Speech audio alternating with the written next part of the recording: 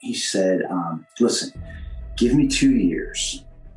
You'll never want to come back. You'll have the adventure of a lifetime, and nobody will know you're gone. You get deployed at 17 and a half.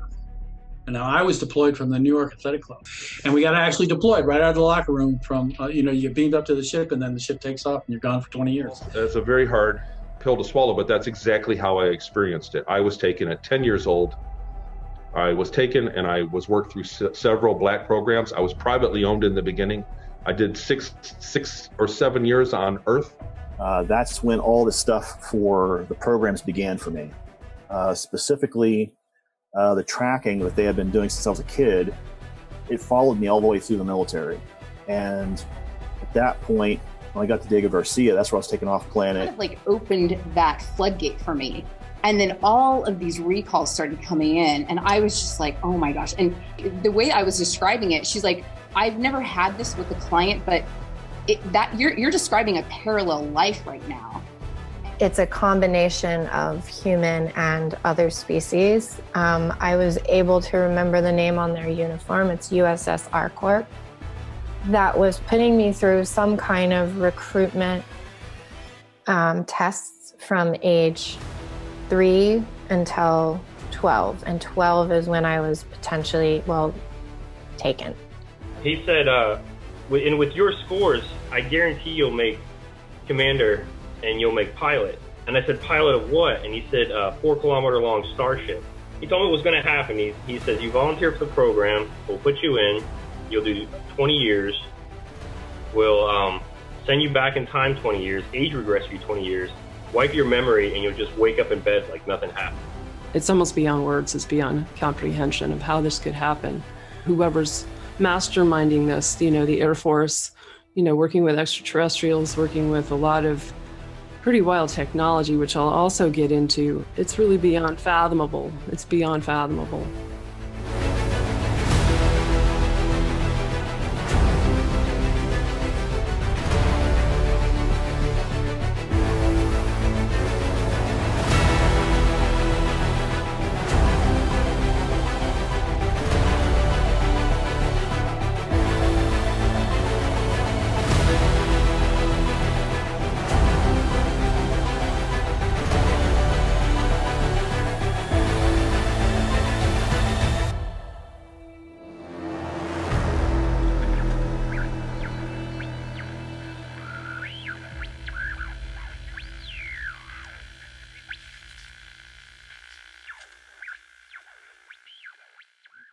Hey guys, welcome back. A few things before we get started tonight. Don't forget to grab a ticket to the Secret Space Conference, May 2nd through the 5th. You guys just watched the promo for that. That was a lot of fun putting together, going through the old episodes, digging out some of that material and compiling it. I was getting excited making it. I really can't wait for the conference. It's going to be awesome. Yeah. So grab a ticket, come hang out with us. secretspaceconference.info. All of the information is on the link below on the website.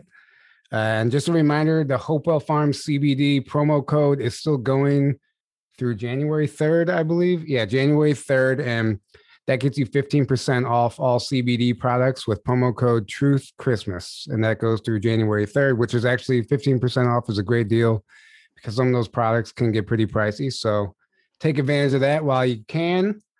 Other than that, tonight we are joined by Robert Earl White. Some of you guys may have seen him recently on Laura Eisenhower's channel with Elena Denon. And so his story is he had a UFO crash in his backyard as a child. And it's an incredible testimony. If you want the full thing, you can go over there and listen to it. We're going to get into some of that tonight, but we're going to get into some other stuff like your TikTok channels and how you just got kicked off of Facebook. You're out there red pilling everybody. Welcome to the show.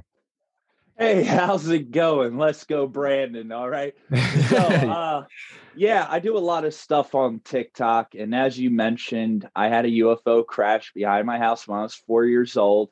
And I made a documentary, and that was the first thing that brought me to the social platform. I wasn't using social media for 7 years.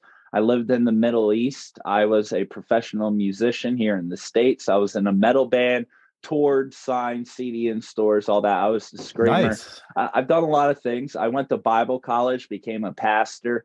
I've done a lot of wild stuff. So I came to social media after I shared my story. There was such a outpouring of experiencers and stuff like that coming to me, sharing their experiences. I had to do more. And the time was the time. The same week that I released my documentary was when the UAP task force, the Navy, Luis Elizondo, and all those guys from the ATIP released the UAP footage from the Mimit incident off of, San Diego, whatever. Mm-hmm. And the timing was impeccable. Ironically, that's when I found my evidence. So I started on Facebook. I started making content. I said, I want to do this more. And more importantly, I want people to start asking questions. So I moved to TikTok, and my TikTok was doing really well. I was doing really put together videos, but wasn't hitting. It took a while to figure out what makes TikTok go.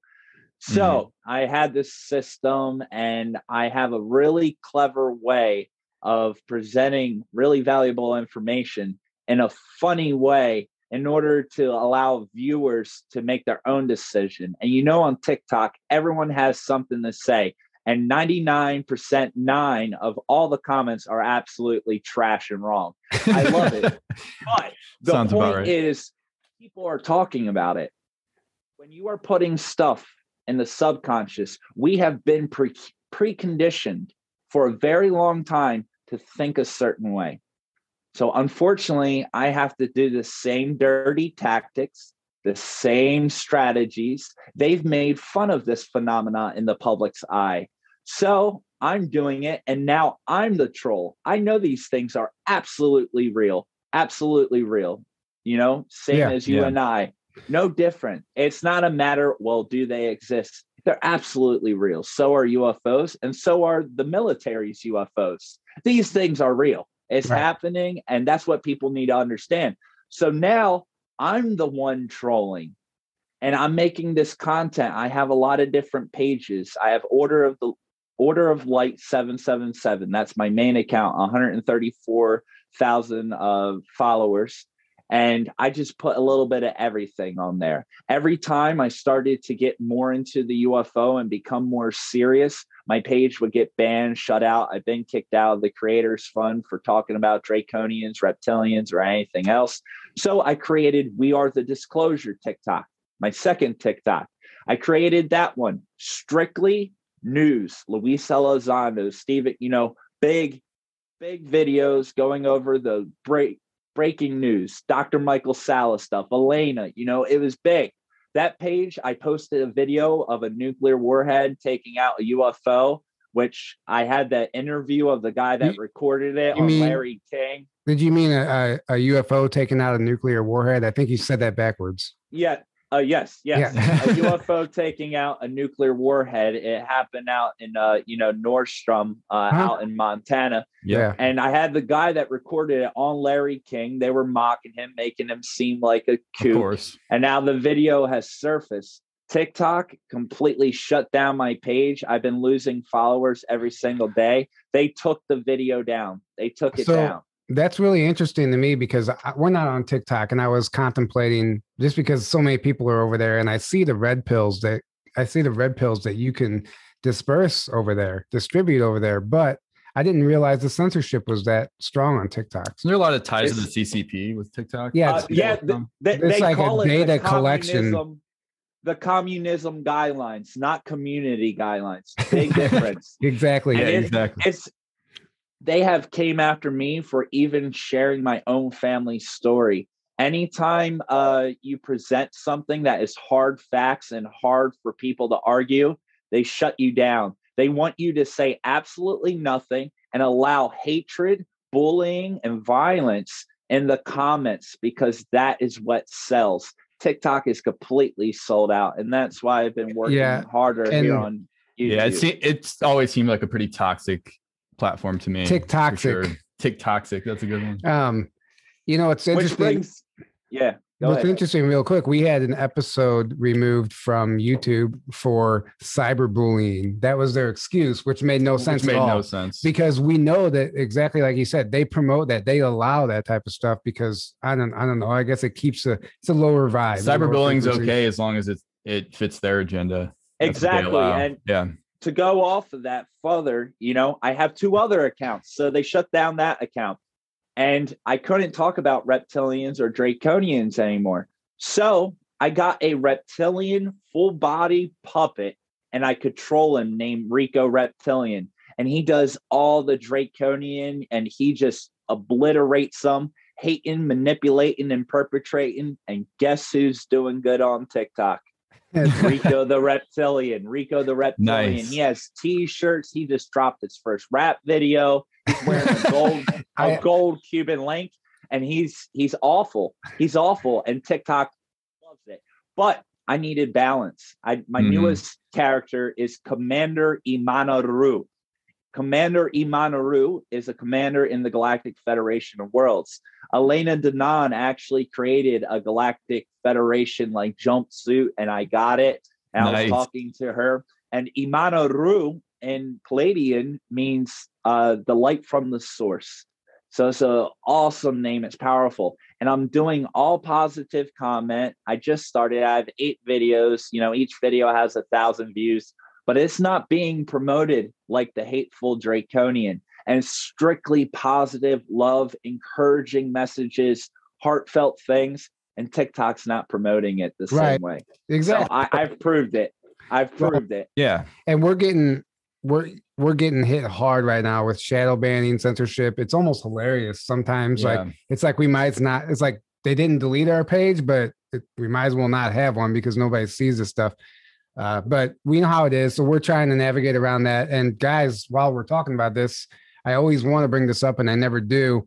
Don't forget, you can subscribe to us on Rumble. Everything that's been taken down off of YouTube is on Rumble. And there's probably some of our best episodes are over there just because there's a reason YouTube doesn't want them. So definitely go over there and check us out and subscribe over there just in case, because you never know. We're hanging on by a thread here on YouTube. We don't know what's going to happen next. So do that if you want to keep following us. Well, hopefully once you hear my story, you won't have that problem. Yeah. Blow that page up. Right. Yeah, exactly. It is the Roswell of the East Coast. And my personal opinion, my family's case is much larger than Roswell. People weren't being abducted in Roswell, were they? No. Well, what's interesting about that, the 30s, 40s, and 50s, there was the UFO wrecks everywhere, all over the globe, actually. Mm-hmm. I know as early as 1938, there was one in Europe that's pretty well documented that actually, I think it was at the invitation of, I forgot what it was, but I know Hitler somehow got his eyes on that. Mm-hmm. Through my research. It's been a while since I looked into it. There was one that crashed outside of Berlin. Yeah. Yeah. And then Roswell, there was one in Aztec, New Mexico. They're basically New Zealand. In 41, we were talking about earlier. There's one in southern Missouri, our state. Like an hour from here. Yeah, like an hour and a half from here. That hardly got any press, but it was well before Roswell. And the good cases don't. Yeah. And my theory is, why all of a sudden at that time period where these UFOs crashing all around the planet, there had to be a higher purpose for it. It's almost like we were being gifted these craft for reverse engineering, or just to, I don't know, heighten the awareness of the collective. Trojan horse. Right. Trojan horse. Like, I don't think they were accidental wrecks. I just don't. Nope. They were done on purpose. Yeah, they were the beings that were on there only could live about 10 years. They were artificially designed. If that. I've heard a Trojan horse. I've heard that some of them even, like, they could even have as short of a 7-day lifespan. They call them PLFs, a programmed life form. Mm-hmm. And they can actually like be an organic being still, but they have a expiration date. Yeah, they have a shutdown. They can make them last however long they want. 7 hours, 7 days, a month, 3 months, basically to just serve their purpose. And just in case things don't go their way, it shuts down and no evidence left behind. Right. Kind of like what they're doing with our president.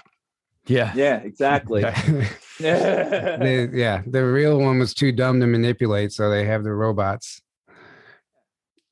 Along with CGI, yeah, whatever else, clones, whatever. Clones. But yeah, so I guess for the people who don't know your story, I know it's a very long-winded story, and that's why I referenced your interview on Laura Eisenhower's channel, because you really go in depth in the whole thing there, and it's absolutely fascinating. It's long-winded though, so if you want to shorten it at all, you can. But absolutely, you can let people know the story because it's fascinating. And for everyone listening out there, my YouTube page is Robert Earl White. I'm sure you guys will have it in the description. Make sure to check it out. I made a documentary, a 3-part documentary, probably about 45 minutes total, of information I found and the story, the actual articles and, phone calls, the authorities. Really well done. A lot of stuff. It was the first video I ever made, but it's still doing wonderful because it don't matter the quality or your special effects. When you have a story and evidence to back it, it speaks for itself. It don't need to be fancy. So with that being said, to keep it brief, and believe me, there's a lot that's not in the documentary, and some things are just best left unsaid. So this goes back a long time ago. And for everyone watching right now, hang in there because you are about to go on one heck of a ride here. So back in 1991, April 21st, around 10:18 p.m. in southern New Jersey, in a small town called Lower Aloes Creek, right across the river from Delaware. So to give all your viewers an idea of the area, we lived not far at all, visible sight from a nuclear plant. And the water that came from the nuclear plant was the Lower Aloes Creek, which went directly behind our house. This bridge that you see here has the creek going underneath. The tree line you see in the back here, right beyond that, was our house. And directly next door to our house, my aunt lived. So I had my aunt who had my cousin, her daughter there. And then my house, my mother, her 2 girlfriends were there watching the Phillies baseball game at the time. I was there upstairs in bed, and my elderly grandfather was also there, but he was in bed in his room where his bed was. He wouldn't have been able to see the incident. So 10:18 p.m. It was April 21st. It was a cloudy, raining night. It was raining. Obtained from the reports, the cloud coverage was about 1,200 foot high. My aunt next door was getting ready for bed, and she went to the bathroom. And as she was about to sit on her toilet, she looked out her bathroom window, and she noticed an object that looks eerily just like this, an elongated triangular object with 3 blue lights and a weird white light coming from the center of it. It was hovering directly above this tree line here, maybe a telephone pole or 2 telephone poles above the tree line, just hovering there, completely silent.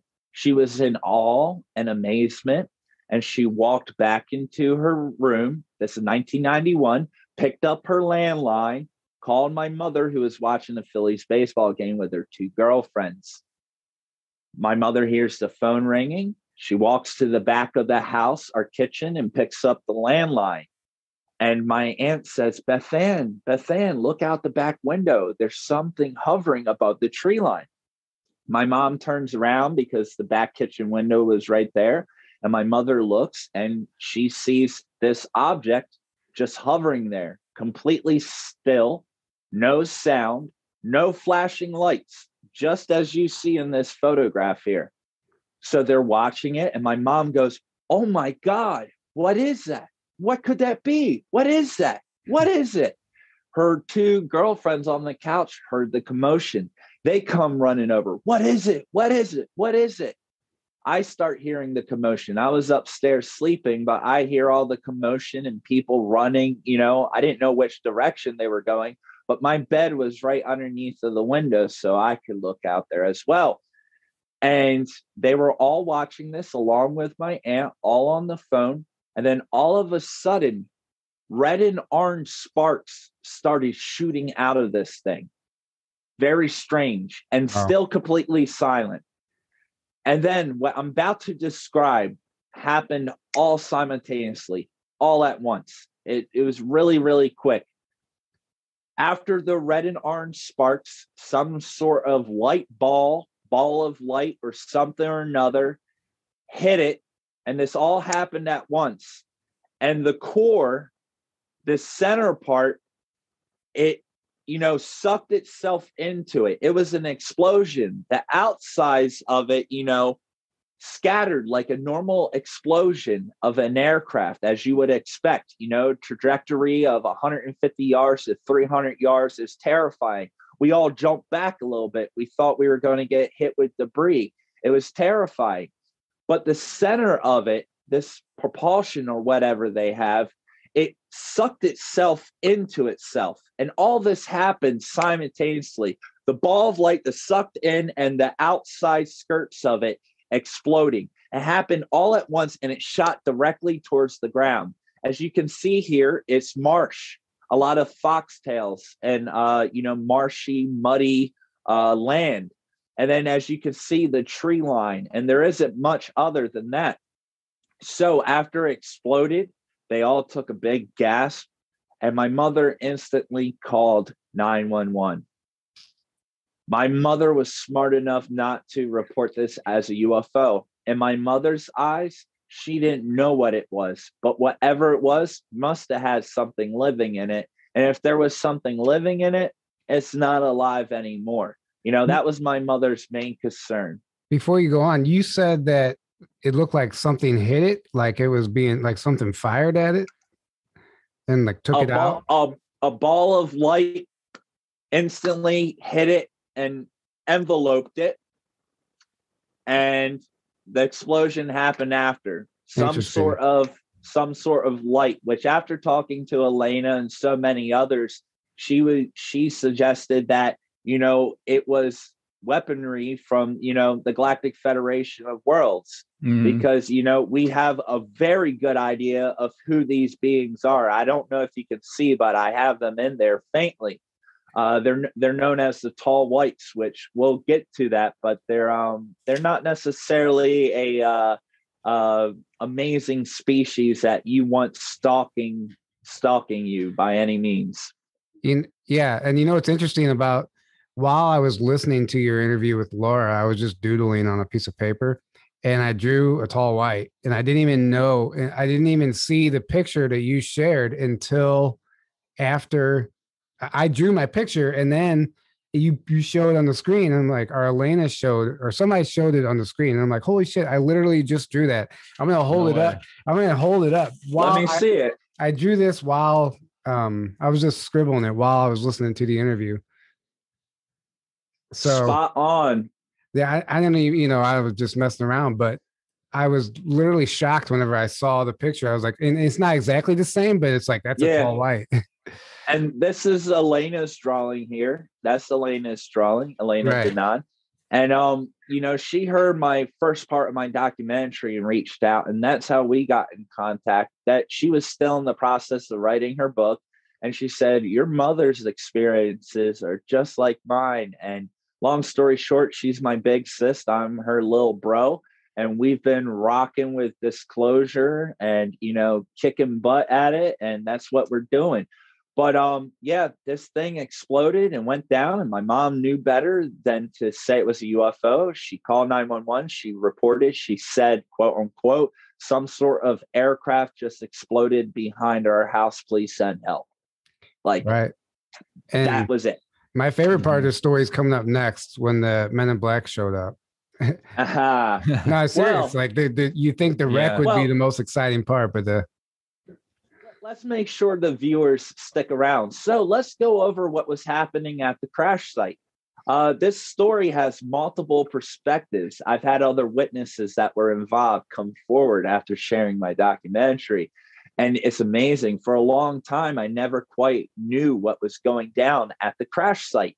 Throughout the entire night, my mother and family never left our house. It was raining.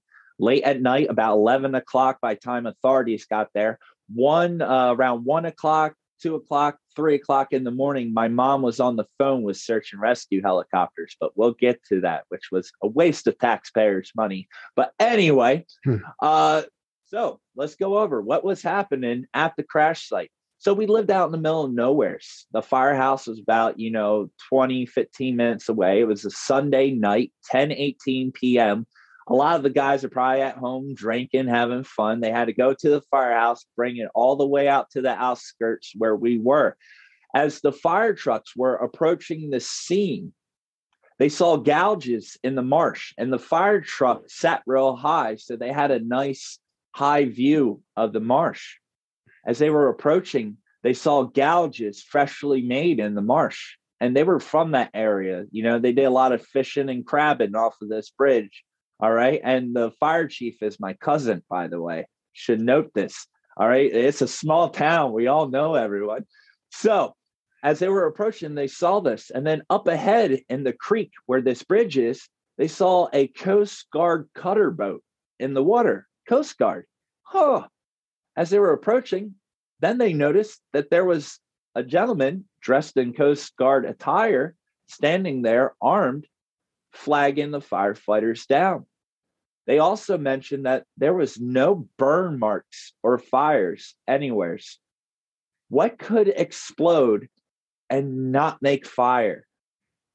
That's a whole nother conversation right there. It's the technology they're using. That's why it sucked itself. It's their fail safe. It's their fail safe. And anywho, so no fire marks. And as they got closer, the Coast Guard gentleman flagged them down. And, they kind of hung out the truck like, hey, do you need us? What's going on? We obviously see stuff going on. And the Coast Guard said the situation is under control. And he ordered the firefighters to go back, to the house. They said it's under control and you can turn around and go back. That's exactly what they did. They went back to the firehouse, which was the local hangout. We lived out in the middle of nowhere. All the kids and everyone, they were partying and hanging out at the local firehouse.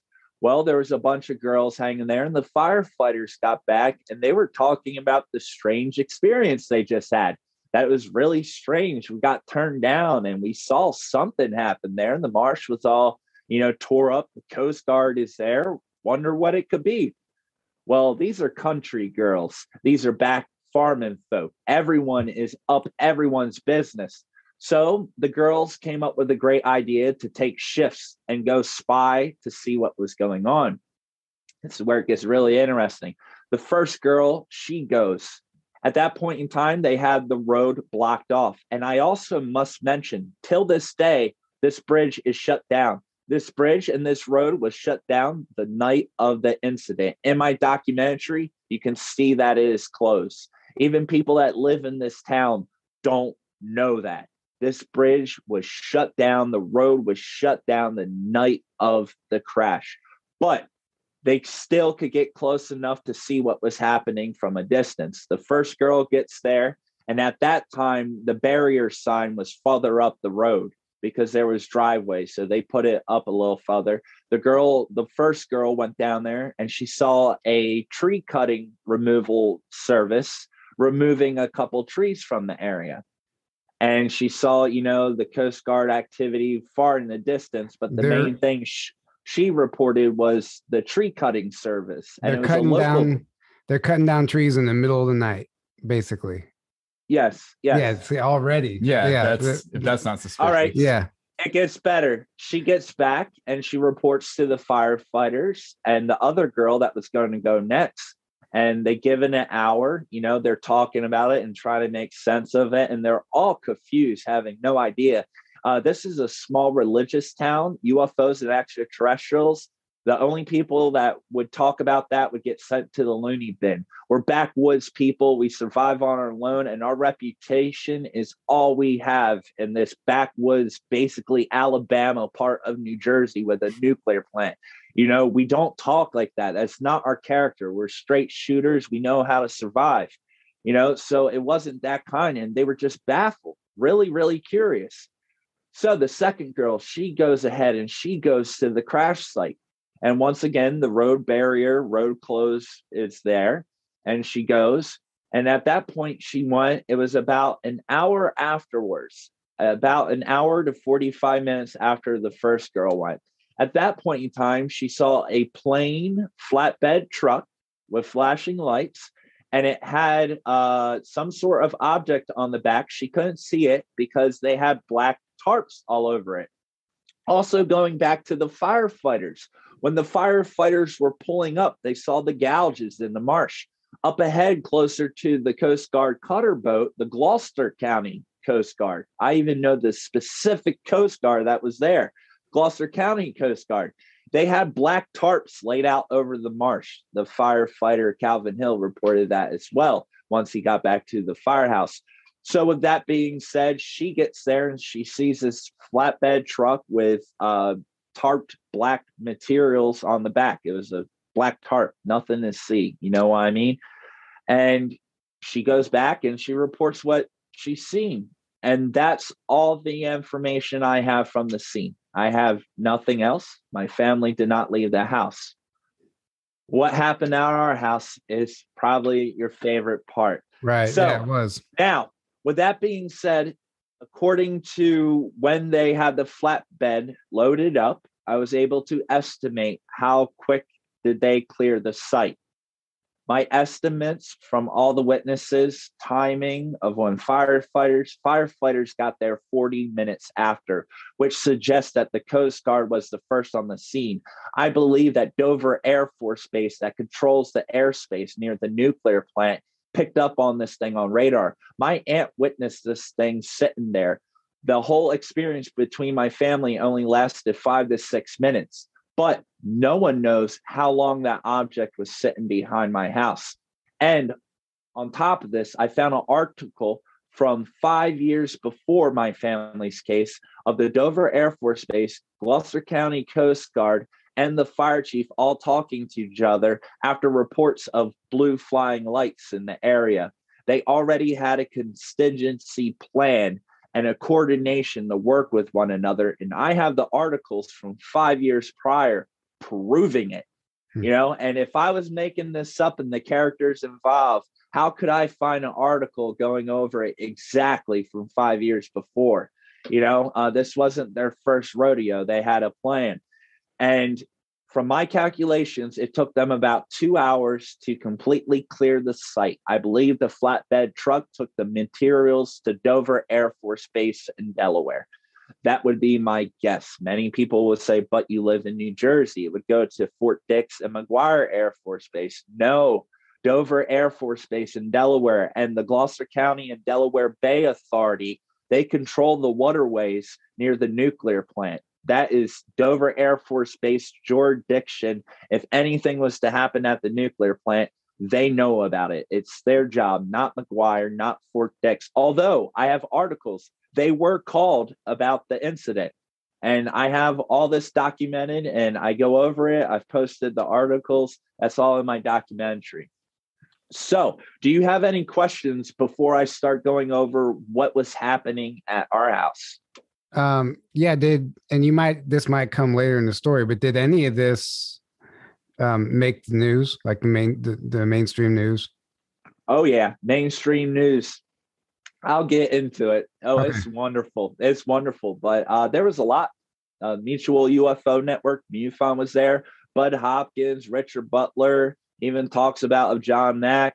The local newspapers that show sightings and unsolved mysteries also came out and did a hypnosis regression therapy with my mother, but that never aired. I wonder why. Yeah, I mean, I wonder why. Well, all of that alone. I'm about to tell you. Why. I mean, if there's too much truth, all that alone just proves that something happened. It's not about convincing somebody anymore. It's like, I mean, yeah, exactly. I mean, I never heard of it. Talk about it for 30 years. My family didn't have the evidence. We didn't have the evidence. We had no evidence. It took 30 years. About a year and a half ago in June, the same week they released the UAP footage, I finally found 6 pages of remarkable articles that had everything else. They had the news transcripts, the military-based phone calls. They had everything you could possibly imagine about the case. And then that was enough to share the story. And after I put it out, people that were involved started telling their side of the story. And then I had this whole puzzle, and it's literally a real Roswell. It's absolutely insane how many country bumpkin people that were involved, but due to their ideologies and the way they think, they just suppressed it. And it was an odd happening, and no one was smart enough to question anything or couldn't comprehend it. And it was easier just to forget about it, to be fair. That seems to be the case. That's the case today still. Yeah. I mean, that's it's still happening. And I think that has a lot to do with some sort of mind control programming. Like I've heard that there's devices in big cities that actually cause people to forget things. Like it puts a frequency, and we all have a short attention span. Humans only remember things for up to like 14 to 17 days, before it's not prevalent anymore. So they know that. Absolutely. They know how we operate.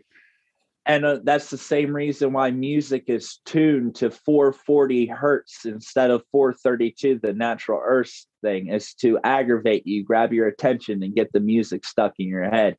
They do this stuff all the times in commercials. But yeah, it's a broader version of that. So what was going on at my house? So after my mom hung up the phone with 911 to report this UFO crashing, 10 minutes afterwards, the police came. They got there quick, surprisingly. We lived out in the middle of nowhere. Our family in the next town over took 20 minutes to get to. So we were shocked that they got there so quick. They took a very brief 5 to 10 minute, what did you see, where, what, when, and they were going to my aunt's to get the same brief statement, and they really wanted to get to the scene. They weren't wasting time. They really wanted to get out there. Unfortunately, I don't have any information. I do have the firefighters' point of view. I do not have the police point of view. I do have the official statements of the police, but this is a cover-up, and they're not going to lose their job and be called a whack job for UFOs. But I do have the police saying some really interesting things about my mom and my aunt. Also, they knew who we were. We all knew each other, so no one was questioning my aunt or my family's, we were notable people in the area, and our family were the ones that were running the town. We came from a very old muskrat family. We're known as crickers. We eat muskrat and go muskrat hunting. My family was like monopoly on it. We're backwoods people. So like, just to kind of give your viewers an understanding. So the police go, they leave. 25 minutes later, 2 black cars, they looked like Lincoln Town cars. Whether they were Lincoln or Fords, I don't know. I was 4 years old.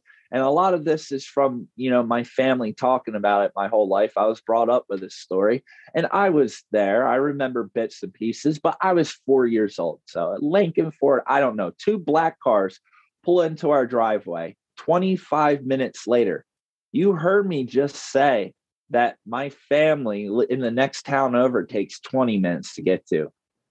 How did these guys get here in 25 minutes? But just keep that in mind. So they pull up, and my mom and her friends, they don't think it's strange. We just witnessed an aircraft explode behind our house.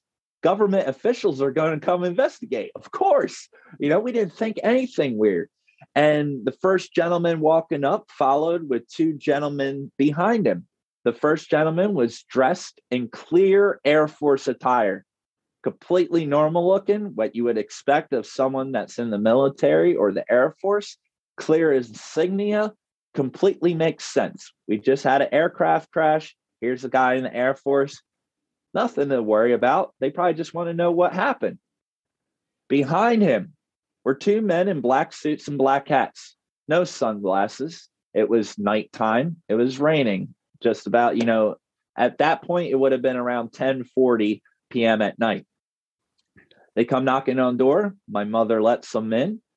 And she says, come on in. And her 2 girlfriends were already near the couch, but they were standing up because they said, who's this pulling it? Everyone's nosy. Everyone's so nosy. We have nothing better to do. So the two girls, they're standing near our couch, and we had a coffee table, and my mom says, come in. And the two men in black, because that's exactly what they are, and the gentleman in the Air Force, they came in the living room. And for all the viewers out there, a lot of people tell me, oh, you're just ripping off the movie Men in Black. This was 1991. People got to check themselves before they wreck themselves. Like, this is long before Will Smith. Will Smith was still in probably like a teenager at the time. All right. So with that being said, they come into the living room and they tell my mother and her two friends to go ahead and have a seat on the couch. And the gentleman in the Air Force stood off to the side, and the two men in black stood in front of them, and they pulled out a notepad and a pencil. And I must note, the way they were holding the pencil was very strange. Like, they were just holding it in a way that you wouldn't expect anyone to hold a pencil. It was so weird, almost like they don't know how to use a pencil, but they were holding it. Mm-hmm. It was just weird. It didn't make sense. They looked human. I know a lot of people are going to ask this. They looked human. And when it comes to government and military, they're always clean shaving. So, not a lot of facial hair is common. So other than them being in black suits and black, kind of brimmed hat, I don't even know the exact hat, like a fedora hat, brimmed hat. Don't even know the exact kind, how to explain it. Mm-hmm. But other than that, they looked very human. But they were weird. They were really, really, really weird. And you get really uneasy around them, So they pull out this, and keep in mind, my mother and her two girlfriends, they felt they were going to be asking about the crash. The first question, the one men in black with the men in black, there's two of them. First question that he asked, can you draw 3 different kinds of extraterrestrials? And he took the notepad and the pencil and he put it down in front of the girls. When he did this, my mom's two girlfriends started cracking up. They lost it. They didn't see it coming. They thought it was hogwash. They were, really religious, a lot of Christians, a big Christian church area. They just thought it was absolutely like, they didn't understand. They didn't get it. They thought it was hilarious. They're like, what the hell, what's going on? This don't make sense. Why are you asking us this? Don't you want to know what we saw? And so they're cracking up, and it was getting later at that point. By this point, it's almost 11 o'clock at night, 11 p.m. And it's raining. And the night before, they were all out having a good time, partying, stayed up till about 4:30 in the morning, which that's all documented. My mom partying and stuff. It's wild. But, they were tired, and the two men in black said, well, if you ladies want to go ahead and get out here, you can. They grabbed their purses and they went home. During that time, as they were getting ready and grabbing their purses and getting ready, my mom started drawing. And my mom ended up drawing 3 different kinds of extraterrestrials. It took her a while. My mother had really bad handwriting, really sloppy. She was originally a left-handed person, but they forced her to use her right. So it wasn't Picasso, and it definitely didn't look like Elena's drawings, but she drew 3 different kinds of extraterrestrials. And by the time she got this done, her girlfriends were already gone. And she finishes them, and one was, your typical gray extraterrestrial, and then your Nordics, and one she called the blues. She described them as gray extraterrestrials with like blue electricity coming off of their skin. My mom had names for all of these beings. For example, the Killy-Toe Court from Vela, she called them the Tall Whites. The Octurians, all right? Mm-hmm. She called them the Blues. Ironically, the Grays, she called Zetas. And my family was never into UFOs or anything like that. We weren't those kind of people. And, my mom referred to them as Zetas. Ironically, she knew that one and where they came from, but she had a cute childlike name for all these beings. And I mean, keep in mind, she was telling me about these things. So, I'm sure she dubbed it down for me so I could understand being at such a young age. So with that being said, my mother drew these 3 different kinds of extraterrestrials. And then what happened next was the first time my mom really realize that this phenomena is real and that she actually has something to do with it. The gentleman that was in the Air Force was trained in hypnosis regression therapy. The Air Force and the military, they use this for soldiers that are in combat situations and they can't remember and they need to gain intel. They extracted this intel, and the gentleman in the Air Force did a brief regression hypnosis. I don't like to call it hypnosis. It's really more of a regression therapy. That's the appropriate term. It wasn't like a watch, like, oh, you're getting sleepy. It wasn't. That's more like Hollywood. That's more Hollywood anyway. Yeah. It wasn't like that at all. It was really straightforward. They went up out the living room. We had a smaller room. They took her to a smaller room, more quiet, not as many windows, TV, all that. And while he was doing this, the two men in black just stand kind of in the corner. And unfortunately, my mother revealed a lot. And for the first time in my mother's life, on top of having a traumatic experience of seeing something that looked like this explode behind your house, it's traumatizing. Whether it's extraterrestrial, man-made, or whatever, it's absolutely terrifying to see something that large explode behind your house. It was wild, absolutely insane, and very, very scary. I had a lot of nightmares in the following months after. But with that being said, they did this regression, and my mother, for the first time, relived, her abduction phenomena. And this wasn't something that was just happening as of lately or started when she was 9 years old. It went back to when she was a baby. They only started doing the experiments and stuff on her once she turned 9 years old and she had her menstrual cycle. That's when they started harvesting and extracting her eggs and embryos to create whatever they were working on, whatever science projects they were trying to create. Right. And that went on. And just to keep in mind, like, all of that was happening on top of a UFO crash, her reliving this. Prior to that, my mom would wake up with scars and have strange dreams. My grandmother's very old-fashioned. She would tell, you just scratched yourself. You're just having nightmares. They downplayed everything, but there's real reasons of my mom's dreams and these markings that she had, and her grandmother had the same markings in the same place as well, which the Mutual UFO Network, which I'll get to later, they actually uncovered that one for me. That was something I didn't have to put together. What did they do? What did they do after the information came out of her during the session? Well, MUFON was a separate thing. This is still the Men in Black in the Air Force. So yeah, after that, after the brief, it was about 5 minutes long, this brief regression, they said, okay. And they walked back down to the living room, and my mom sat back down on the couch, and Men in Black said, do you have any questions?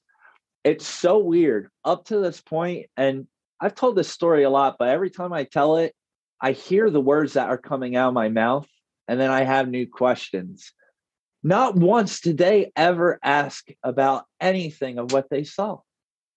It's so freaking weird. It's like, I've told this story so many times, and it just kind of hit me right now. It's like, so far they did this regression. They asked them to draw 3 different kinds of extraterrestrials. They haven't asked one question about what my mom saw and what happened, which it's just kind of hit me now. Well, it's almost like they knew what happened. They already knew what happened. They wanted to know if she was picking up on the beings inside, or they wanted to know what she knew. Yeah. You guys know your stuff. Yep. So the Men in Black asked my mom, do you have any questions? My mom said, yeah, I do. Now, my mom was 22 years old, single mother, no dad in the picture. So keep in mind who these men are about to intimidate down the road. All right. That's important to say. My aunt next door, she was 38 years old and a single mother, So these are the people, these scumbags are going around bullying. But before they bullied, they did answer my mother's questions. And I would say that they answered them wholeheartedly. And the Men in Black, if you have heard anything about the Men in Black, they're very straight to the point. They don't mess around. and they don't say anything more than they need to. If you don't ask the right question, you're going to not get the right answer you're looking for. And they're really, really vague with things. So with all that being said, so much. Now, my mom's 22-year-old single mother. I was her life. She's worried and, wants to protect me. And that's the main point of all this. And my mom's 3 questions all pertain to protecting one's child. The first question my mother asked the men in black, are these things dangerous? The men in black replied, if they were dangerous, do you think we would still be here? My mom said, okay, I understand. Like, that's a big one. And this is how they answer stuff. Like, they can answer anything in one sentence. They are so vague and blunt. And then when you stop and you think about it, you go, well, yeah, I guess that makes sense, And my mother had a second question. This is a good question. And keep in mind, this is 1991. And this one, it makes it so special. My mom's second question was, why don't people know about these things?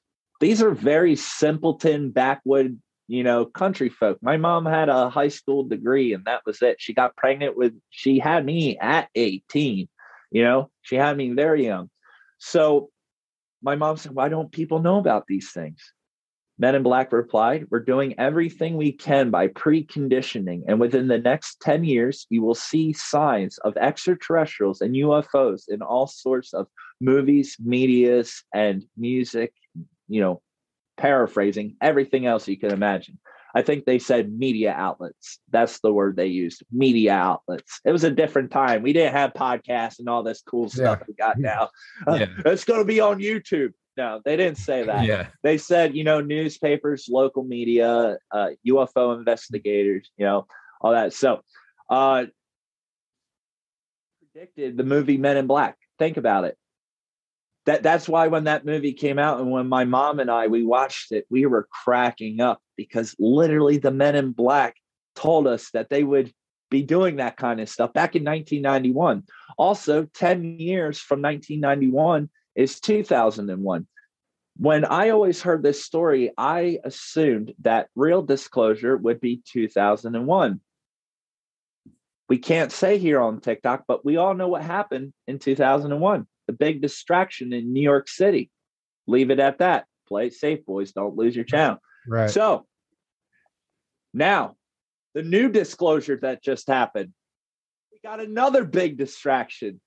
You see what's going on, boys. Every time they come close to letting everyone know, there has to be this big distraction. And I heard this from the scumbags that are planning it all, the Men in Black. They told us, and they were right. Yeah, it's their playbook. Prevalent. That's more prevalent. Look at everything with UFOs and aliens today. It's on like mainstream news, which is all fake and baloney anyway. It's mind blowing, and even they are talking about it, and nothing they say is real. So it's absolutely mind blowing, And the Men in Black told us this in 1991. And they probably figured these are just stupid farming folk. They don't know no better. Oh, they didn't plan on that 4-year-old little red-headed bastard that was upstairs. They didn't know the hell I was going to bring them once I got older. They didn't bank on me. And boy, I'm coming after them. And I want them to know. I'm very aware of them. And I'm not afraid of them. They could threaten my mother and all this, which I'm about to get to. But, I'm not standing for it. And they can come visit my house anytime. I would love to have a long conversation with them and try out one of my new toys. So with that being said, the third question my mother asked, and this is a good one. Once again, a mother protecting. All right. Mother protecting. My mother asked, because she just relived, this experience of her being abducted and her regression. She said, when these beings are taking me, what would happen if something happened to my child or my elderly grandfather and these beings have me off somewheres and I'm not here to help them? And the Men in Black replied, and this is the only time they admitted to extraterrestrials. Yeah, they asked my mom and her friends to draw 3 different kinds of extraterrestrials, but they didn't admit to anything. This is where it all comes together. They said they use small grays that stay behind. And if anything would happen to your baby or your grandfather, they would have you back, and the men in black took their hand, went like this, and snapped really weird, dude. Like, you know, like what I was saying about the pencil, their snap was so arrogant. I've never seen anyone so arrogant with a snap. It was like those little cyborgs were so happy that they learned how to do something so human being, like snapping your finger. You know, when we do it, go ahead, snap your fingers like when you're using it. It happened like that. Yeah. See how you have that like little flick? Yeah. They weren't like that. They were like, who does that? Who does that? They're not human. Well, they look human. I was just going to say, they're not. They can't be, man. They're draconian cyborgs or something. They cannot be human, but you would never know that. We thought they were human, you know. Until you interact with them weird. In that way, then you, with all the things you are describing, you notice all that. At the time, you don't. You just think of it being weird, and it makes you uncomfortable. That's why they're doing it. Yeah, doing it on purpose. It's their psyops. They're highly telepathic. So, and as you mentioned, you know, you said earlier, they already knew something happened there. They were already en route. They weren't coming there to get information about the crash. They want to know, why was this sitting behind our house? Obviously, they had some sort of connection to something in this area, and there our house was, you know? So they answered that third question, and my mom said, okay, I understand. They said, do you have any other questions? Believe it or not, my mom said no. My mom only asked 3 questions. She just wanted to know that I was going to be safe. Unfortunately, she gave all the ammunition to them that they needed to keep her silent. After my mom said, I don't have any more questions, they said, okay, good. Now tomorrow, many different UFO investigators, media outlets, newspapers, all of that's going to come out here, and you will report it as a helicopter crash. If you don't, we will take your son away. My mom said, wow. I understand. The men in black said, okay. They went out the door, and we never saw them again, never heard of them again. But I truly believe that the same 2 men in black, if you're familiar with Bud Hopkins and Richard Butler and the Linda Cortell case in New York, where the woman was, you know, levitating out of her apartment window and an ambassador saw it. Yeah, Bud Hopkins and Richard Butler, who worked on my case, was working on that case, but they were shut down by 2 men in black as well. I believe it's the same guys. And this is the same reason my mom's story, even though Unsolved Mysteries came out, the old TV show in the 90s called Sightings came out. They all did regression therapy. They were going to blur my mom's face because the things she would say in her regressions, for being a country woman with a high school education, and the things she would describe about DNA and like the things that comes out of Elena's mouth. All right. Everything that comes out of Elena's mouth. Imagine that coming out of my mom's mouth in 1991.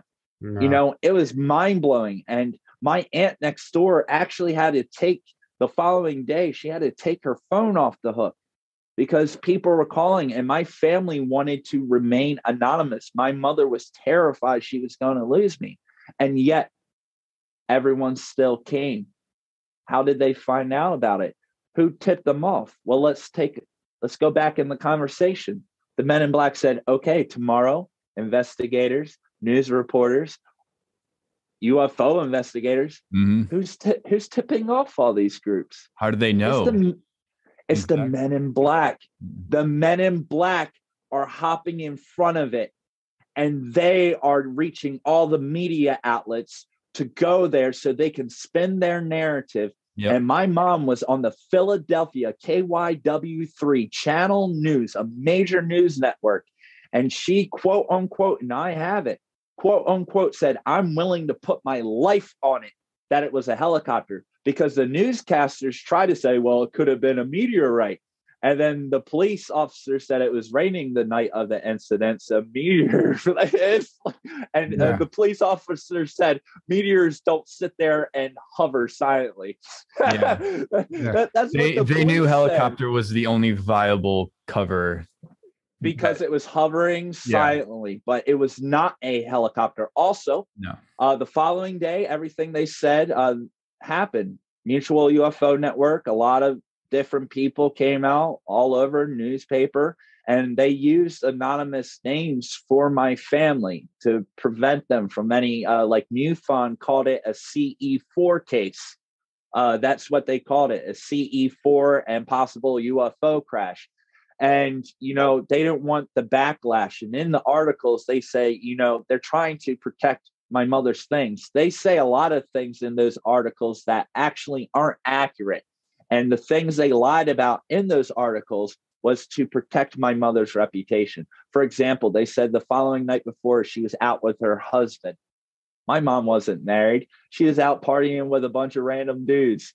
I'm just being honest. You know, they were trying to protect my mother's, you know, everything. Yeah. So that happened the following day. And in later weeks, the Mutual UFO Network, they came out and they started doing regression therapies, which they recorded my mother's hypnosis, where she would describe and go through, you know, her abduction experience, the room being filled with light, being dematerialized, sucked through a wall, essentially, and coming to on a cold table in some sort of circular craft, and seeing tall white extraterrestrials, which they were grays, tall with very light skin, though, almost white, but they looked very gray. And eventually, in years, once her babies started to grow up, she was, you know, she would see her children there as well. My mother was in the hybrid program. Since 9 years old, they would extract her eggs and embryos and manipulate them, place them back inside of her during an incubation period, and then at a later time abduct my mother and remove the eggs and allow the small fetus or embryo to continue growing in these tubes. And these beings would grow really, really quick. They would be almost adults in a year. That's how it happens. Are you familiar with Geraldine Orozco? We had her on the show a while back, but she is has the same experiences that your mother had, and she helps other women who are going through it. You should look into her, because it's a lot of what you're saying is very similar to what she says. And I do have a question real quick before we go on. Were there ever any reportings or documentation of like beings being found in the craft or the wreckage, or any report of that, bodies? The official report was no wreckage was found. To go back, so remember, I told you they cleared the whole site in 2 hours. Around 1 to 2 a.m., 4 search and rescue helicopters. 4 search and rescue helicopters. One coming from Delaware with thermal imaging back in 1991. You know how much tax dollars that is to run 4 search helicopters. This is not like a joke. This stuff happened. And they couldn't find anything. The site was cleared. They came on the scene around 1, 2 o'clock in the morning. My mom was on the phone from, you know, about 1:30 to about 4 o'clock in the morning as they were combing and gridding the area looking for this crash debris. They weren't going to find anything because it was already cleared within 2 hours. By the time they got there, the site was cleared. And ironically, the Mutual UFO Network investigator that came there, in his report, he said he didn't see anything, but you can read the report. He went there 12 o'clock at night, midnight. There's no street lights, no nothing. And this is documented out of his mouth. Went there and he said, I couldn't see any tire marks or markings. Also, he was in a car and you have foxtails and marshland. He wouldn't have seen anything. There's no street lights. It's absolute darkness. 12 o'clock in the middle of the night. And it was also raining that night. What UFO investigator goes to a crash site at 12 o'clock at midnight to look for evidence. Well, they don't. Or I do know some field investigators, and it might have been if they get any sort of information about something like that, and they're excited enough, they'll go check it out on their own. There's no, they don't have a boss. I actually belonged to MUFON a few years ago, and I went to the local meetup. And what they described, a lot of field investigators described, like they actually get funded sometimes, but every time they would show up, somebody had already been there. They would get tipped off about something, but every time they showed up anywhere, they were the second one. Like they were they were too late. Yeah, they were told like they were like the too late cream of the crop, or they thought they were going to be the first one. They thought speaking of MUFON, I'm good friends with George A. Filer, which is the East Coast director. He shared my family story, and he's helped me a lot and gave me a lot of additional information. I just got back from a UAP conference, and he was there and got to hang out with him and so many other amazing people. It was nice, a small crowd. We're all teaming up here in New Jersey. He's from New Jersey. And my case, along with his experiences, we had an extraterrestrial shot on McGuire Fort Dix Air Force Base in 1977. Well documented, and I know things about that story the public does not know, and I can guarantee you it absolutely happened. It's an absolutely authentic story. I've heard things from people that were on the planes, on the runway, that haven't came forward publicly because they're still involved with military. That whole thing, it happened. Believe me on that. And George is great, and MUFON has helped me a lot, but even the East Coast director, George, and many other people within MUFON that I work with, they're having a really hard time finding a lot of information. The audio recordings that MUFON recorded, the photographs, all of that, it's all gone. There was 3 people that were involved. 2 of them are dead, and the third one is alive, but no one can get a hold of him, not even the East Coast director. Wow. An interesting fact about MUFON, it actually started in Missouri in 1969. I didn't even know that. And it was originally Missouri UFO Network. Really? And they changed it to Mutual when they started branching out. But that makes sense. Where at in Missouri? Not St. Louis. I don't know exactly where. I just know it started in Missouri because Debbie Ziegelmeyer, the chief investigator here in St. Louis, she's told that story a few times. It was originally Missouri UFO Network before they changed it to Mutual.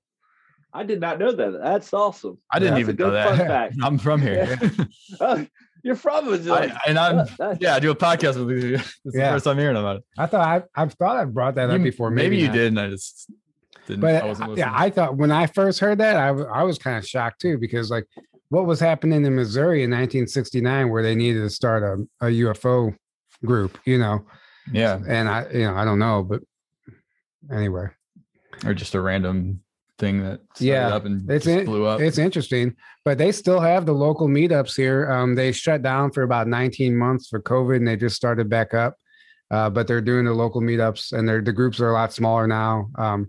It was mostly older people, and they really focus on the nuts and bolts side of things. They don't get into who's in the craft and all that stuff, because it's kind of redundant and but it's still cool because you can go meet like-minded people, and that's the reason I would go. Yeah, absolutely. So getting back to the grind of everything, all these, the news came out, they did 2 separate viewings. Everyone was kind of pitching this as a mysterious helicopter crash. That's even the way that MUFON pitched it. That was the news pitched it. Mysterious helicopter. It's funny everyone was saying a helicopter, the same narrative that Men in Black told my mom to say. Why couldn't they could have just blamed it on anything? Why was it this mysterious helicopter? And even when the police are saying helicopters don't sit there silently and they have flashing lights on them, no helicopter looks like this. I guess it's a step up from weather balloon. Yeah. They figured. That's all it is. That's all it is. And if it wasn't a helicopter, it would have been swamp gas. We are the marsh. Too. Yeah. It is marshland. I'm surprised they didn't use that. You guys have swamps there. Or the nuclear plant that was right down this stream. Right. The nuclear plant runs into this stream. Nuclear energy is a crucial part of this phenomenon. I actually had someone, an ex-security guard that worked at this nuclear plant, come forward after hearing my story. He was a security guard there back in 1977. They were working. It was around 7:30 at night, and a UFO appeared over the cooling tower. For about 25 minutes, all the radiation alarms in the nuclear plant went off. All the guys, security guards, everyone, workers, everyone was freaking out. They thought that they had some sort of leak, uranium leak. I don't know, something going on. They knew something was wrong. And about after 25 minutes of everyone running around like a chicken without its head, all the alarms just silently went off. And then they all came together. And that's when they found out that there was something hovering above. And the second it took off is when all the radiation alarms went off. And trust me, it gets a lot crazier. They say, well, that was weird. They went back to their posts and just continue like a normal night. They went home the following morning. They come in, they grab their gun, they grab their badge, they go to their station posts. 10 minutes after being at their posts, they are all called, the entire security team, all called to the front. And there's a gentleman dressed nice, not the men in black, but just dressed nice. And they're all like, what's going on? They're like, we're not going to need you anymore. We're letting you all go. And a bunch of the guys, they demanded, they say, hey, what happened last night? What happened last night? And your viewers, you guys, you're going to want to hold on to your seats for this amount of BS. All right. This is probably the worst excuse I've ever heard. This was the official explanation. It was radioactive toxic gas that floated over from China and just so happened to hover over our nuclear plant all the way over here on the East Coast in southern New Jersey, not setting off any other from nuclear China plants radiation alarm. Radioactive gas cloud from China rolled over and set the radiation alarms. No one saw it on the way minutes. from China, apparently. Well, you know what my theory is on that? It's almost they want to test the masses to see how dumb they are. It's almost like they're trolling them. Like listen to what these idiots will believe. See if they'll believe this. Yeah. Well, that's the thing. The guy that came forward, he knew better. He knew it was total BS. I interviewed him. He allowed me to do an interview. I took awesome. I actually have it on my playlist. If you go to my YouTube, you'll see it right after, my crash documentary. You'll see it down there. And it's a mind-blowing story. Like, hear it out of his mouth.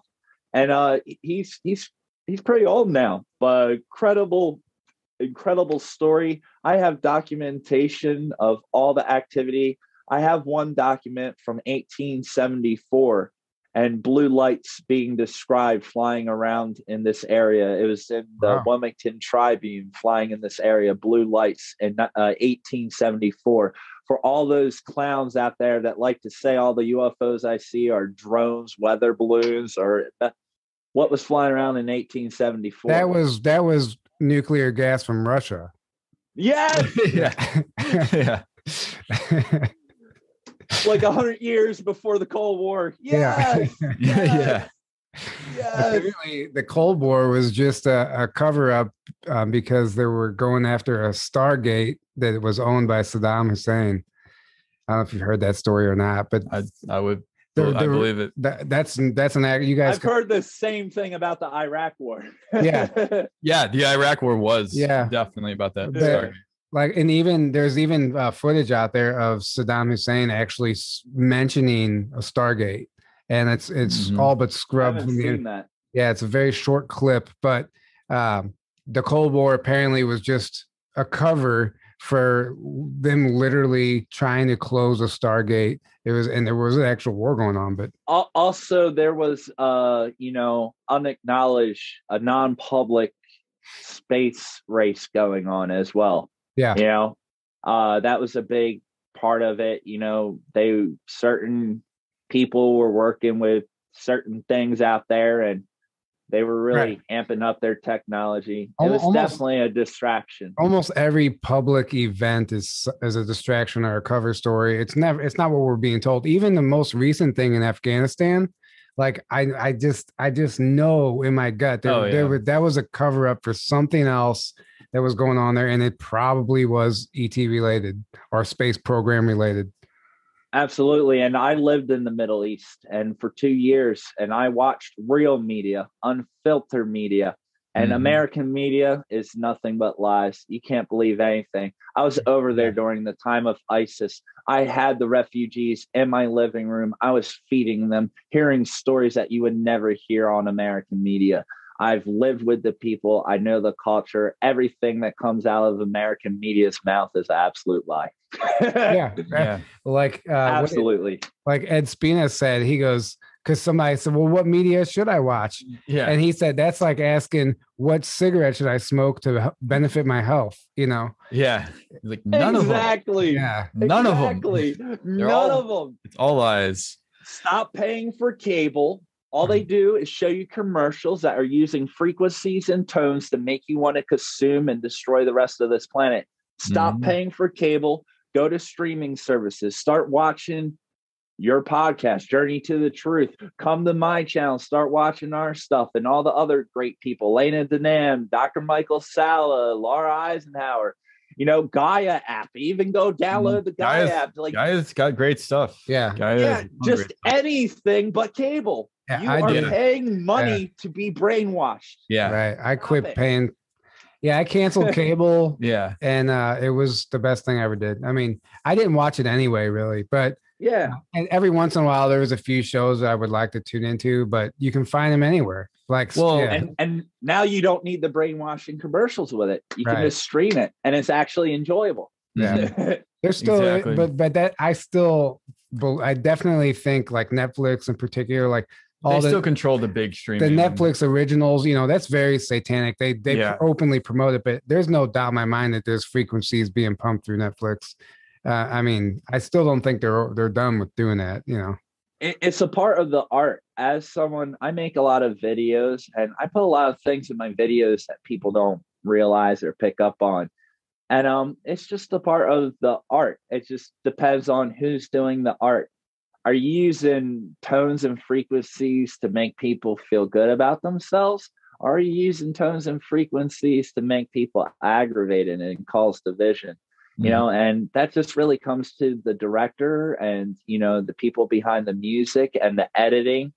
These are the guys that are doing it. And that just relies on the individual. And Netflix works with a lot of real people, like, you know, real people. Like even Laura Eisenhower, you know, she was on the new UFO thing. Dr. Michael South. They work with real people we know. Right. So, it's not a blanket statement. Like not everything on Netflix is nefarious, but at the root, I think that the Obamas have stock if they don't own Netflix, but it's a deep state network. And then Amazon, of course, Amazon is the same way, but peppered throughout there is some gold information that absolutely. There's a lot of UFO and stuff in that realm now all over the place now. It's everywhere. So it's everywhere. It's great for like, it's never been easier to red pill people on this stuff because it's everywhere, like you said. So, and there's a lot of good, like entry level stuff that they don't go too deep, but they get you thinking like, oh wait, this stuff's real. They cover the basics. Cover the basics, get you on the path, and then you can take it, you know,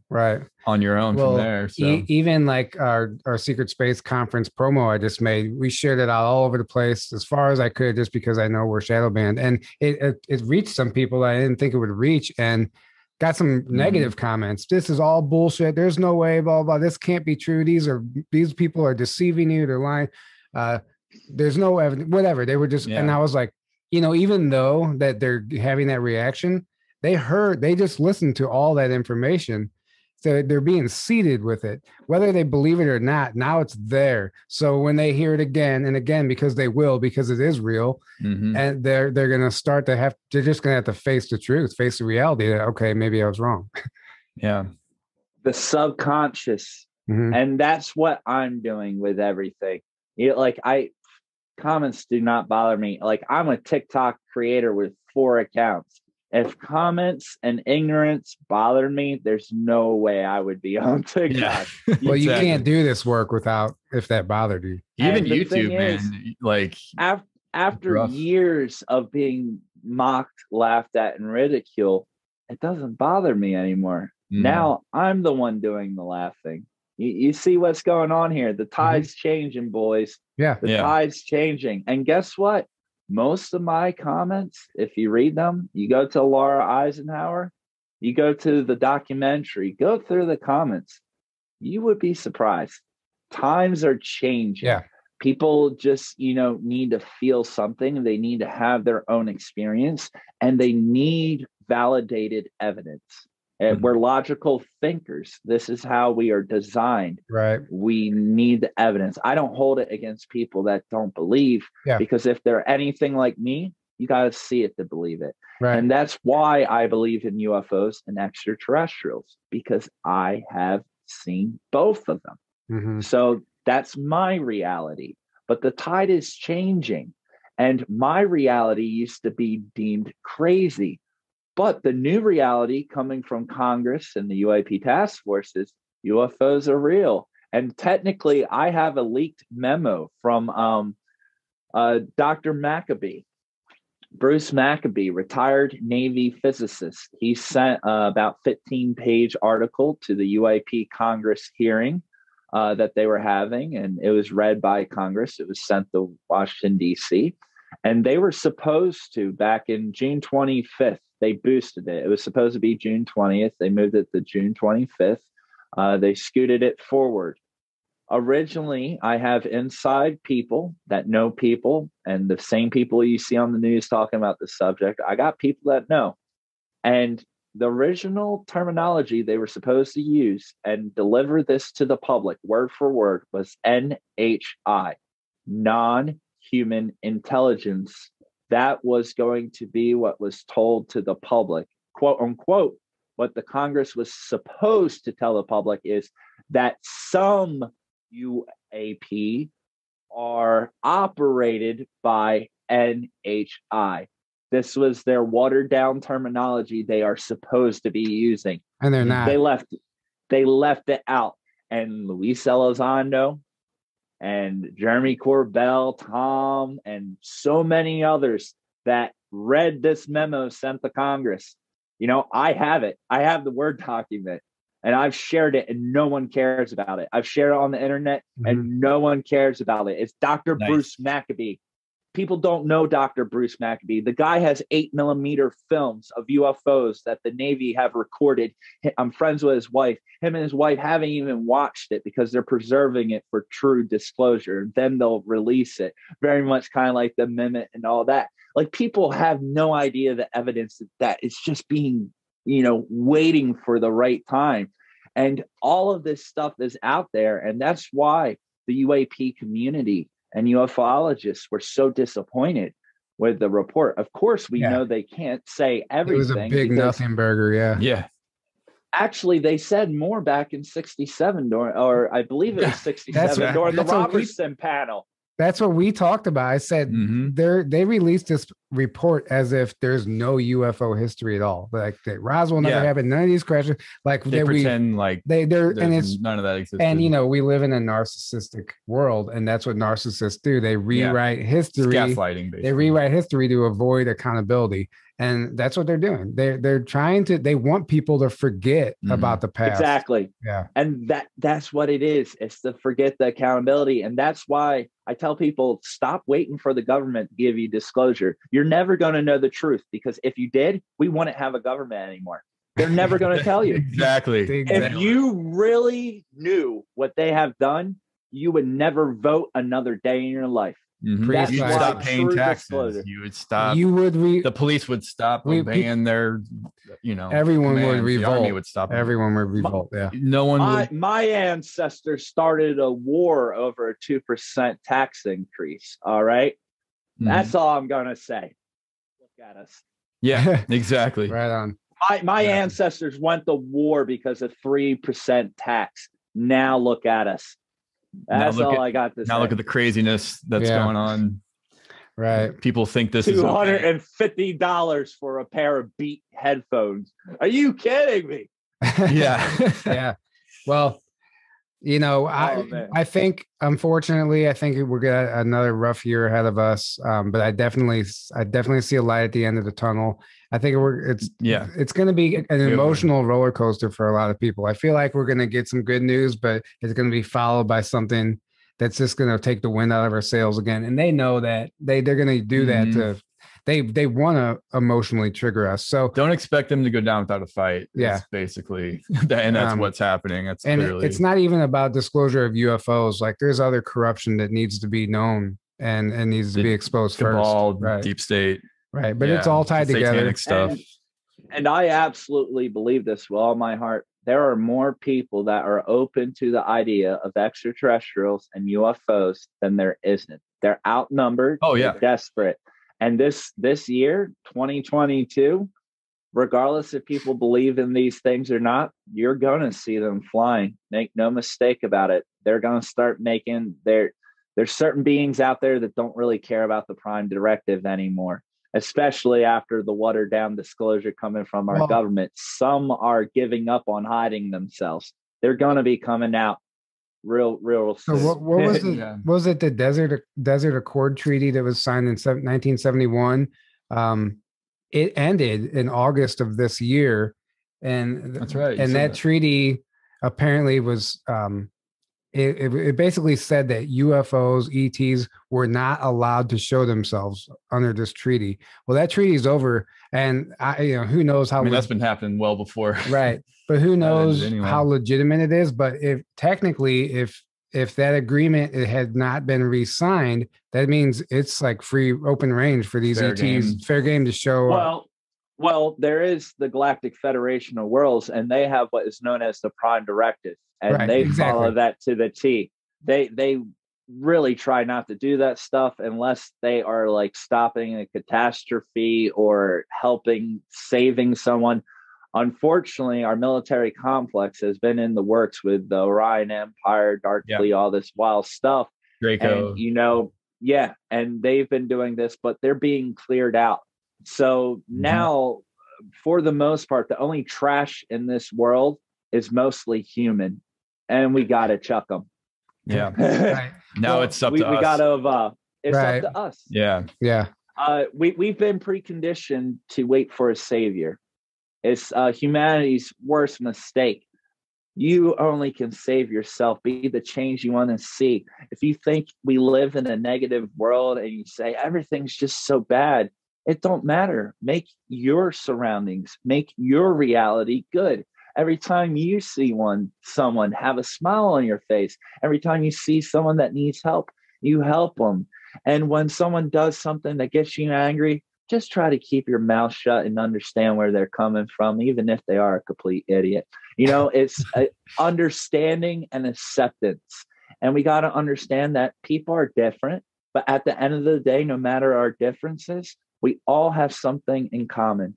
We're all stuck in this low density, awful planet that I don't like it here. We're all in this together. And as long as we're all on this rock, we all got to come together, because there's bigger fish to fry, and there is much more to learn about ourselves, who we are, and our cosmic position in the universe. Mic drop. That was beautiful. Thank you. That was amazing. I'm so glad you said that. And that's a perfect note to end it on. That you seriously nailed it. I agree with everything you just said, and you couldn't have said it any better. Thank you for that. Agreed. And thank you for coming on and doing this and sharing everything with us. It's an incredible story. Keep doing what you're doing. The world needs you. Remind people one more time where they can find you, your TikTok channel names, your YouTube channel name. Yes. On TikTok, just for now, I got Order of Light 777, which I can even give you guys my direct me link, which has all my accounts in it. I'll send it to you. So go into the description of this video and you'll find a direct me link, and you can find all of my TikToks. My YouTube is Robert Earl White, Order of Light. Order of Light, that's kind of my thing. It's my company. I needed a name.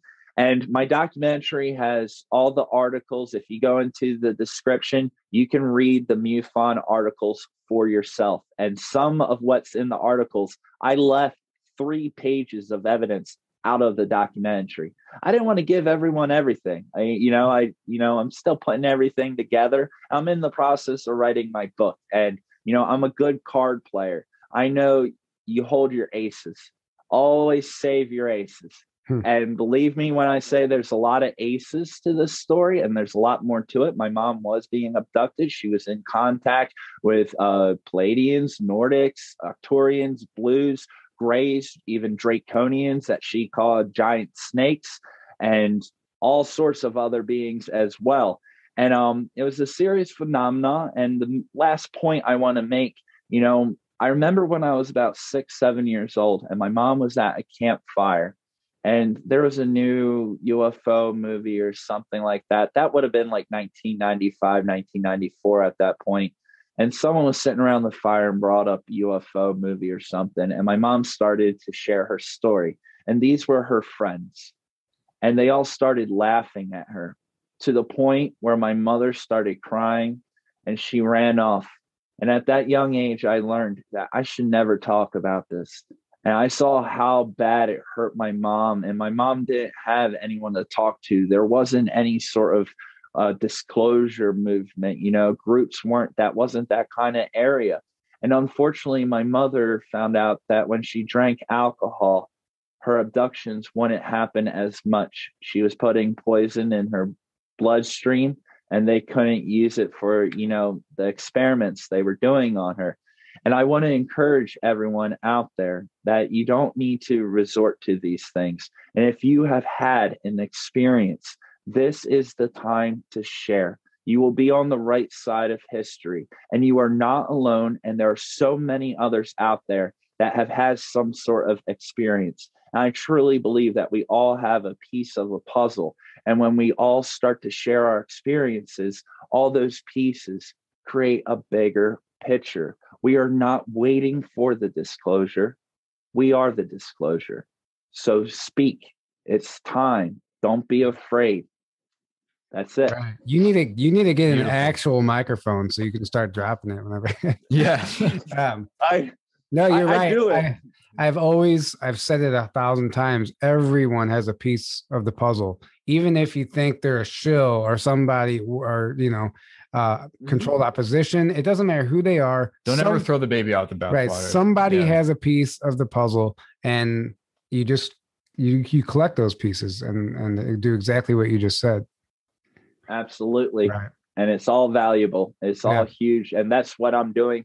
Soon on my YouTube channel, I'm going to have my show called We Are the Disclosure. And I'm going to have episodes basically stealing all your videos. I have a lot of great guests and great people, and some people that are absolute nobodies. No one knows them. They've never shared their story. I'm going to give everyday normal people that no one would ever listen to because they don't have subscribers, they don't have followers. I'm going to give everyday normal people a chance to be on my platform and share their stories in hopes that they connect with someone else in the comments so they can have a little disclosure for themselves, because I don't want anyone to go through what my mother, went through. My mother passed away 1.5 years ago, and sorry to hear 2 that. months 2 months after my mother passed away, after her whole life, no one believing in her or me, 2 months after she passed, I found the articles and the proof. This is why I'm doing this. Don't wait until it's too late. I'm going to make sure that no one goes through what my mother went through. I am a man and I'm a loose cannon, and I'm a guy that's on a path of revenge for the ones that made my family suffer. And that's it. We are the disclosure, light and love, and protect yourself. It's all about that good energy. Yes. Right. Exactly. Yes. We got those everywhere. Yeah. We do. Wow, man. Thank you so much. Moldavite. There's one there. Yeah. There's one. Thank you. Thank you. Thank you so much, man. What's up? This has been awesome. This has really been awesome. This was a lot of fun. And again, thank you for what you do. Guys, thank you for listening. Thank you for all your support. Don't forget PayPal and Venmo shut us down. So we do have a new way to donate, the donor box, I believe, and that's in the description below. And thank you guys all for that. And Yeah, we're targeted. Yeah, exactly. Sure. Spotify wiped us out, but you can still find us on Apple Podcasts, Google Play, or Google Podcast, YouTube, luckily, Rumble. Follow us on Instagram, Facebook, Telegram. It's really hard to even build a following right now, especially covering this type of stuff. So we can use all the support we can get. So thank you guys for sticking around, and thank you so much for joining us tonight, Robert. And yes. Thank you so much, man. That being said, I think we'll go ahead and wrap this up. Have a great evening, everyone, and we will see you next week. Good night.